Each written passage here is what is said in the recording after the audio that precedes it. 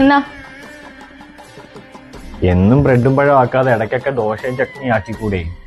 നിങ്ങൾക്ക് ഇങ്ങനെ അങ്ങ് പറഞ്ഞാ മതിയല്ലോ. അതിന് എന്തൊക്കെ ചെയ്യണോന്നറിയോ? കഴുകേണ്ടത് അരി, ഉഴുന്ന്, അരി കുതിർത്ത പാത്രം, ഉഴുന്ന് കുതിർത്ത പാത്രം, ചിരവ, തേങ്ങ തിരുങ്ങാൻ ഉപയോഗിച്ച പ്ലേറ്റ്, മിക്സി ജാർ അരയ്ക്കുന്നതിന് മുമ്പ്, മിക്സി ജാർ അരച്ചതിന് ശേഷം, കടുക് വറുത്ത പാൻ വറുക്കുന്നതിന് മുമ്പ്, ദോശ ഇട്ട പ്ലേറ്റ് കഴിക്കുന്നതിന് മുമ്പ്, ദോശ ഇട്ട പ്ലേറ്റ് കഴിച്ചതിന് ശേഷം, ചമ്മന്തി ഒഴിച്ചു വെച്ച പാത്രം, കടുക് വറുത്ത പാന് ചമ്മന്തി മിക്സ് ആക്കിയ ശേഷം, ദോശ ഒഴിച്ച തവി, ചമ്മന്തി കലക്കിയ തവി, ചട്ടുകം ദോശ മറിച്ചിട്ടത്, കട്ടിംഗ് ബോർഡിൽ ഉള്ളി അരിയുന്നതിന് മുമ്പ്, അരിഞ്ഞതിന് ശേഷം, കത്തി, പച്ചമുളകും ഉള്ളിയും അരിഞ്ഞതിന് ശേഷം, ദോശ ചുട്ട തട്ട് ചുടുന്നതിന് മുമ്പ്, ചുട്ടതിന് ശേഷം. ഇനി തുടക്കേണ്ടത് തേങ്ങ തിരിങ്ങിയ സ്ഥലം, കട്ടിംഗ് ബോർഡ് വെച്ച സ്ഥലം, മിക്സി ജാറിന്റെ അടപ്പ് തുറന്നു തെറിച്ച ചമ്മന്തി, കടുക് പൊട്ടിച്ചതിന് ശേഷം ഗ്യാസ് സ്റ്റവ്, ദോശ തിന്നാനിരുന്ന മേശ.